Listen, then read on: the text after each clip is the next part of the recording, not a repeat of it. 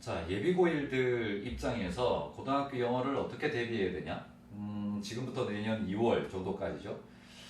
보통 3월부터는 이제 뭐 다들 학교 다니니까.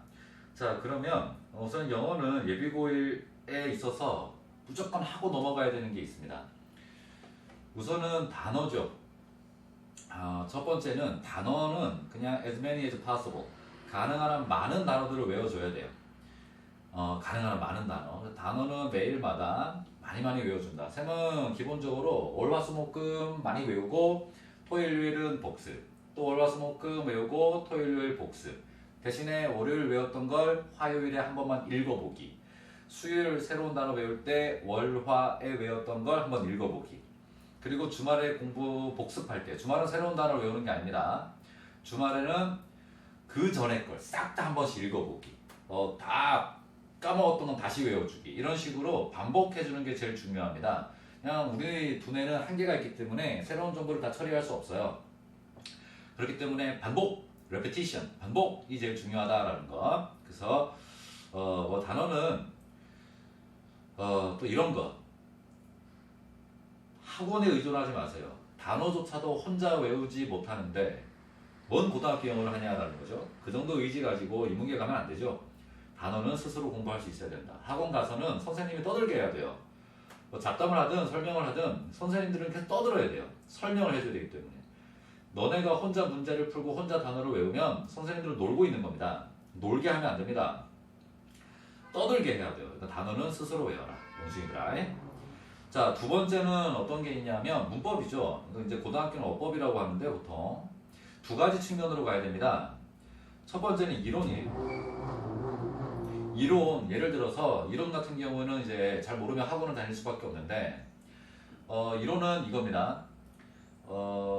이 중학교 때 배웠던 이제 녀석, 그러니까 우선 품사 문장 성분은 기본이고요. 쌤은 가장 중요하게 생각하는 게 품사 문장 성분이고, 그러면 중학교 때 배웠던 게 개념이잖아요. 개념. 투부정사가 뭐냐? 투도하게 동사원형으로 품사, 즉 뜻이 정해져 있지 않은 걸 투부정사라고 부르고, 명사도 용법, 형용사도 용법, 부사도 용법이 있다. 뭐 물론 이것만 있는 게 아니라 동격적 용법 이런 것도 있지만요. 근데 그게 아니라 고등학교에서는 그 투부정사가 문장 안에서 나왔을 때 어떻게 해석하냐예요. 즉 문장 내에서의 투부정사, 문장 내에서의 ing, 문장 안에서의 that, what 등등등 이 녀석들이 과연 무엇인지를 공부하는 겁니다. 즉 개념 공부가 아니라 응용이에요. 응용. 투부정사에 대한 개념은 중학교 때 끝난 거고요. 물론 모르면 다시 배워야 되겠지만, 그러면 예를 들면 이런 거죠. 형용사 다음에 투부정사 하면 어떻게 해석하죠? 뭐 여러 가지가 있지만 그냥 아주 일반적일 때는 뭐뭐 하기예죠. 그럼 명사 다음에 투부정사 나오면 어떻게 해석하죠? 뭐뭐 할 수 있는 이렇게 해석하죠. 이런 겁니다. 투부정사 문장 맨 앞에 나왔을 땐 뒤에 코마가 있다, 뭐뭐 하기 위해. 코마 없고 단수동사 있다, 그 뭐뭐 하는 것은. 이런 식으로 해석한다가 응용입니다. 그러니까 지금 이 상황에서 뭐 투부정사의 개념을 공부하고 앉아있고 등등등 하면 절대 안 됩니다. 그건 다 빨리 해야 되고, 몰랐으면 올해 안에 12월까지 다 다시 공부해놓고 이 응용을 해야 됩니다. that 밑줄 꺼져 있다, 밑줄이 하다. that이 있다, 그럼 이게 관계대명사 that인지 아니면 명사절 접사인지 소대 구문인지 가주어진 주어인지 이때 강조 구문인지 등등등 여러 가지를 다 알고 있어야 된다. 바로바로 해석할 수 있게 해야 된다. 그러니까 이때 응용은 결국에는 뭐를 위한 것이다? 정확한 해석을 위해서다라는 거죠. 두 번째는요, 문제 풀기입니다. 문제 풀기. 그러면 이 문제 풀기는요, 모의고사, 기출문제. 그러면 막 해석하고 앉아있거든요. 이런 게 아니에요. 여기에 밑줄 꺼져 있다? 그럼 뭐다? 여기 밑줄 꺼져 있다? 뭐다? 이런 거죠. 이런 겁니다. 지금 이제 문제 풀이는 쌤이 조금씩 영상을 올리고 있잖아요. 그래서 쌤 영상을 참조하시면 돼요. 물론 위에 이론, 응용하는 것도 마찬가지로 영상을 올릴 생각이고요. 문제풀이, 알겠죠? 문제풀이. 그럼 예를 들까요? 형용사에 밑줄 꺼져 있다? 그럼 형용사 뭐 어쩌지? 해석해야 되나? 이게 아닙니다. 형용사는 문장 안에서 명사를 꾸며준다, 또는 주격보어, 목적격보어를 한다. 그것만 알고 있으면 됩니다. 그러면 목적격보어, 주격보어 뭐지? 이제 그거는 이제 기본 중에 기본인 거고, 그걸 모르면 이제 학원 다니면서 공부하는 겁니다. 자, 그러면 이제 이게 어법이에요. 어법은 두 가지로 가야 된다. 해석 잘하기 위한 어법, 그다음 어법 문제 풀기 위한 어법. 다릅니다, 이거 완전히요. 자, 세 번째는 뭐가 되겠습니까? 독해죠. 독해.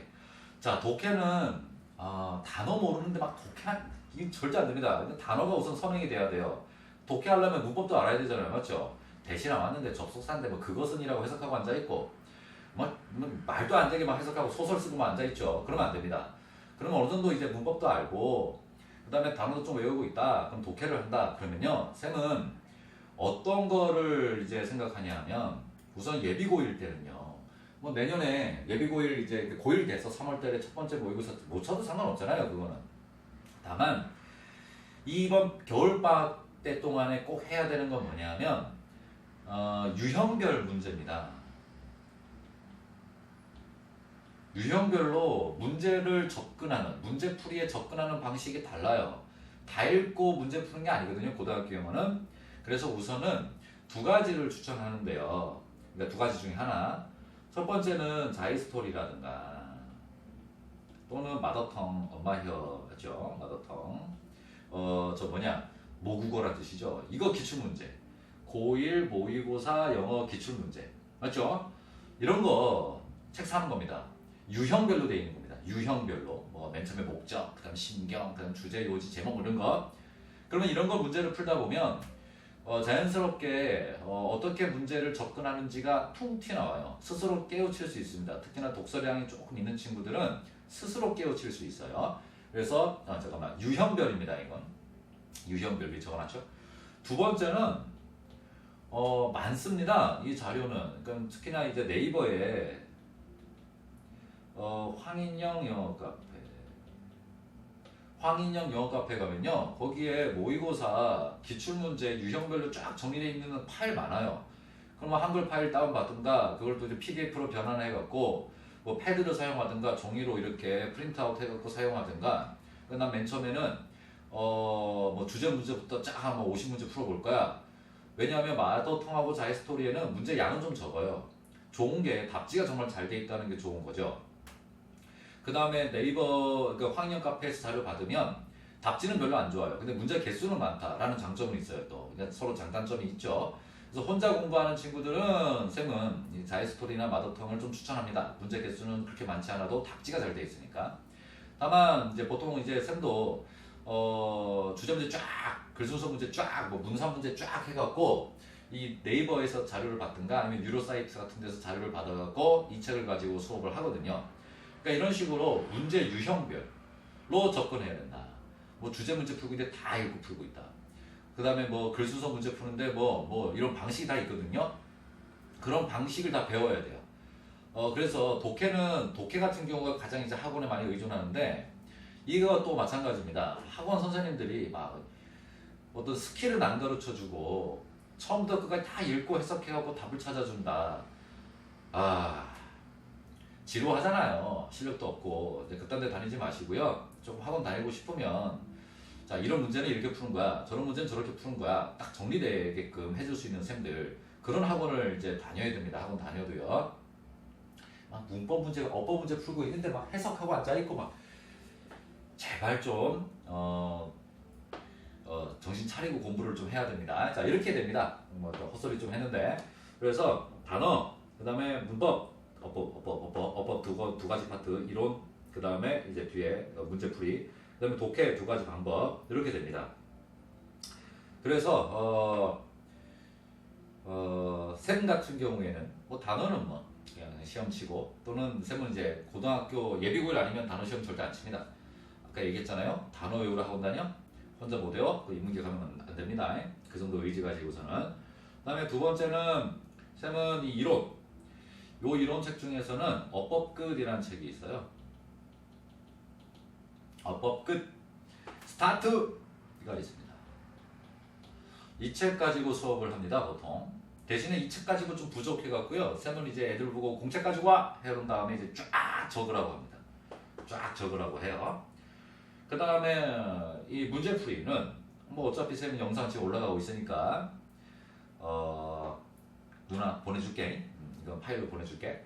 그 다음에 독해는 우선은 그냥 자이스토리나 마더텅 중에 유형별 고1 모의고사 책을 하나 사서 시험 문제는 안 풀어도 됩니다. 뭐 목적 문제, 심경 문제 이런 거는 좀 그래도 풀어도 좋죠.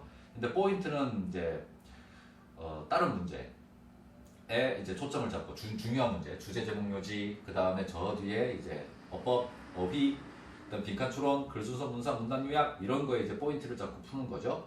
다만 문제 개수가 좀 많이 적으니까 생각보다 많지 않으니까 좀 감안해야 되고요. 독해, 하여튼 이제 그렇게 합니다라는 거. 그래서 고등학교 영어가 어떤 건지 조금 먼저 체험을 하고 싶은 사람들은 모의고사 1회 한번 풀어보는 것도 좋아요. 모의고사 1회 뽑아갖고 시간 한 45분 정도 잡고 18번부터 45번까지 쫙 풀어보면 이런 거구나, 내가 이 정도 부족하구나, 나는 이 정도구나, 이렇게 바로 알 수 있습니다. 하여튼 다시 한번 정리하면 단어는 평일에 외우고, 그리고 그 전날 거 한번 읽어보고 새로운 거 외우고, 주말에는 반드시 복습, 까먹었던 거 다시 외우고, 그 다음에 어법, 이론, 즉 투부정사가 문장 안에서 어떤 자리에 있을 때 어떻게 해석해야 되냐, 이때 대은 뭐냐, 와서는 어떻게 해석해야 되냐, 이 위치는 뭐냐, 관계대명사냐 아니면 의문사냐, 이런 거 구별하는 방법, 이런 걸 신텍스라고 합니다. 신텍스. 이것도 영상 나중에 찍어서 올릴 생각이고, 그 다음에 문제풀이. 뭐 시연이 그냥 막 해석하고 있으면 안 된다. 딱 밑줄을 보는 순간 뭘 보면 한다. 요거 할 수 있어야 되고요. 요건 영상 참고하시면 됩니다. 독해. 이것도 쌤이 시간 되면 할 거예요. 시간 되면. 근데 이것도 지금 단기간 내는 안 되고요. 그래서 독해는 우선은 모의고사 1회를 한번 풀어봐라. 그래야지만 자기 실력 또는 체험을 할 수 있다. 직접적으로 느낄 수 있다. 그리고 나서 이제 유형별로 접근해라. 예를 들면 글수서 문제 풀 때는 주제 문제 풀 때는 1분 안에 풀어야 되거든요. 글수서 문제 풀 때는 2분 안에 풀어야 되고 또 1분 30초 만에 끝내야 되고 이런 거. 그래야 되기 때문에 유형별로 어떻게 접근하냐 이런 게 중요합니다. 근데 뭐 영어 정말 잘하는 친구들은 뭐 다 읽고 풀죠. 다 읽고 수월하게 풀죠. 자, 하여튼 이렇게 됩니다. 자, 그래서 요 정도 생각하시고요. 이번 방학을 예비고일 과정을 잘 보내야 됩니다. 영어는. 자, 고생했고요. 참고하셔서 좋은 결과 있기를 바라겠습니다. 자, 수고 많으셨습니다.